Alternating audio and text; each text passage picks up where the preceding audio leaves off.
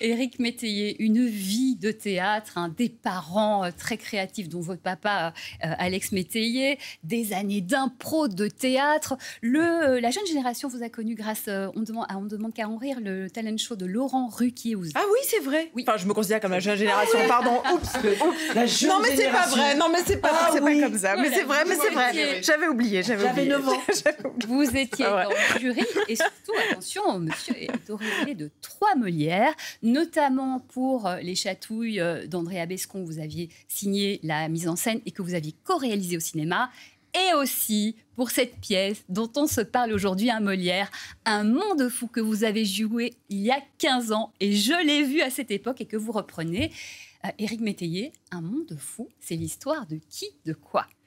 L'histoire, c'est l'histoire de Sam, qui est un jeune comédien qui se retrouve coincé dans le restaurant à travailler parce qu'évidemment, il n'a pas de rôle, donc il essaie de s'en sortir, et qui va être complètement écrasé par déjà les gens qui réservent, plus les cuisines, plus les gens qui travaillent au serveur.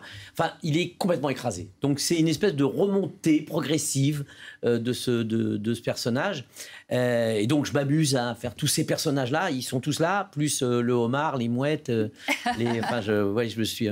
c'est un plaisir de jeu et c'est surtout ce que j'aime là-dedans, c'est le théâtre pur. Et comme je le dis à la fin du spectacle, je dis, parce que je fais les réservations, je mets le doigt dans l'oreille et je fais bonjour, je voudrais réservation. Je dis, ce spectacle, merci d'être là. Parce que si au début du spectacle, vous faites pourquoi il a mis son pouce dans l'oreille, je suis foutu, moi. Oui, il faut que vous aussi, vous participiez. Donc, c'est vraiment un jeu d'imaginaire. Exactement, dans l'imaginaire. D'ailleurs, donc vous êtes Sam, à côté 31 personnages. Alors, que vous jouez en plus. Alors, présentez-nous quelques-uns de ces personnages. Après, on les verra en image. D'abord, il y a Sam. Sam, il est comme ça. Alors, je me suis aperçu aujourd'hui que Sam, je le faisais parler comme ça au début et que, fur et à mesure, il commençait à parler comme ça parce qu'il prend du poids. Sinon, il y a Stéphanie. Alors, Stéphanie, elle parle comme ça, elle tire toujours sa jupe. Je ne sais pas si vous avez déjà, dans les restaurants, on en voit plein qui, malheureusement, n'ont qu'une seule jupe, les passent en machine et ça raccourcit. Donc, quand ça se retrouve en salle, elles sont obligées de les tirer un peu comme ça. Il y a le père de Sam qui, lui, a un problème un peu avec sa main. Et donc, tout ça va très vite. Hein. Et donc, le c'est boss, vraiment... Salut, bonjour. Il est dur, le boss. Hein. Le boss, c'est le boss, hein, c'est son restaurant. Donc, voilà. On n'a pas à faire ça. Et puis sinon, il y a aussi les Russes qui parlent comme ça. Et c'est pas facile, je voudrais une table. Et voilà. Donc j'en ai plein. Le restaurant, c'est quand même un lieu parfait parce que se mélangent plein de personnes, mais c'est aussi un lieu où il y a des jeux de pouvoir. Et là, ça devient intéressant en termes de scénario et d'histoire. Oui, mais en plus, Becky Modd qui a écrit la pièce, était une comédienne américaine qui travaillait dans un restaurant pour s'en sortir. Et elle a noté tout ce qui tombait sous la main de ça. Elle en a fait une galerie de personnages avec au milieu un pauvre gars qui essaie de s'en sortir. Mais grâce au spectacle, je vous dis que ce spectacle-là me permet de faire ce que je veux. C'est le théâtre totalement ouvert. Donc, ce que je disais tout à l'heure, si je vais faire le père de Sam, demain, le père de Sam, il va faire « Oui, écoute, c'est un peu difficile parce que notre retraite, elle ne va pas être remontée avant le mois de mai. » C'est ça, donc, vous adaptez un peu à la vie. C'est la vie, donc je fais ce que je veux. C'est votre liberté. Et notre liberté, c'est de regarder quelques images. Tout de suite, Un monde fou. Bon, dis donc, il y a eu des appels. Oui. Alors, il y a Depardieu qui a téléphoné. Non, putain, je connais plus, ok? J'ai jamais vu. Bah si, vous l'avez vu, il était en train de manger avec la bière et les PDA. Non, ils sont jamais venus. Jamais venus. D'accord, tu prends du Tipex et tu me fais tout ça, hein, ok? Oh non, Rachel, c'est parce que t'as une grosse tête avec un tout petit corps.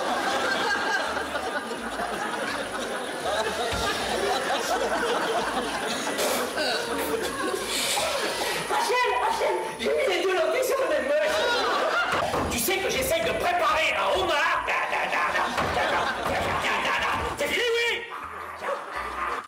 Vous voyez un peu l'énergie. Alors, il y a beaucoup de cartons autour de vous. Ce qui, tout à l'heure, il y a un internaute qui m'a dit ce spectacle va certainement être un carton. Hein. Et voilà, il m'a dit de vous transmettre cette petite blagounette. Voilà, c'est ça. Mais vous m'avez dit tout à l'heure, quand on était en loge, c'est que, en fait, à la base, ce spectacle, il y a un un carton justement aux États-Unis, il y a tout un vrai décor. Là, il n'y en a pas. Vous pouvez nous expliquer ça? C'est-à-dire que, oui, moi, je viens de l'improvisation. Donc, je suis habitué à faire avec du rien. Donc, quand on a travaillé il y a 15 ans le spectacle, on a commencé à le travailler avec un vrai... c'était prévu un vrai décor. Mais comme on a répété pendant 15 jours avec rien, moi, j'étais bien obligé de faire, bon, alors donc là, je ferai ça, puis là, il y aura le moment, machin, bon.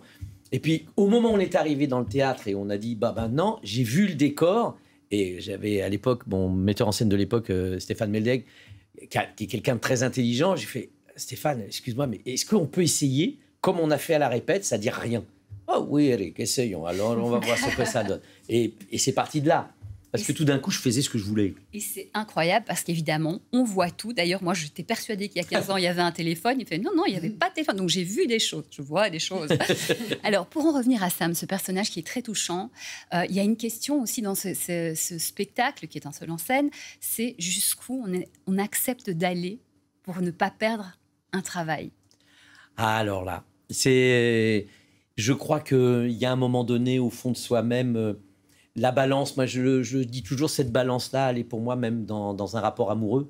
Oui. Quand la balance est équilibrée ou quand le bonheur est voilà. Mais quand il commence à y avoir ça, il faut se poser une question. Parce que quand on va partir, le bonheur et le plaisir de faire, j'arrête parce que là c'est trop.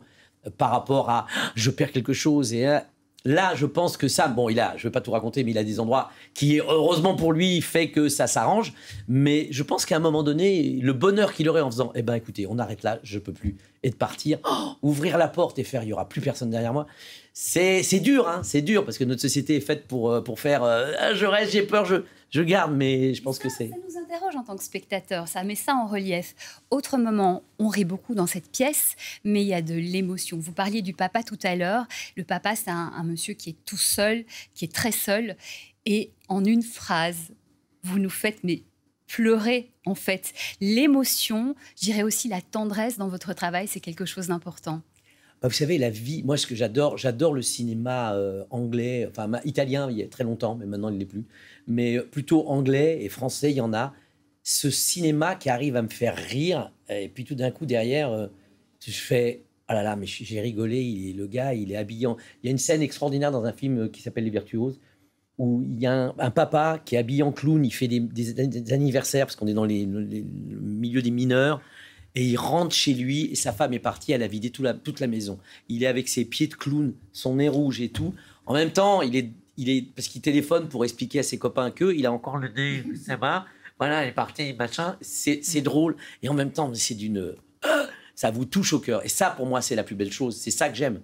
J'aime faire rire à fond les gens, et puis derrière, hop là, vous envoyez le truc en faisant on revient dans la vie. C'est exactement ça. Et vraiment, on est embarqué. Le spectacle donc, se joue au Théâtre Lucernaire.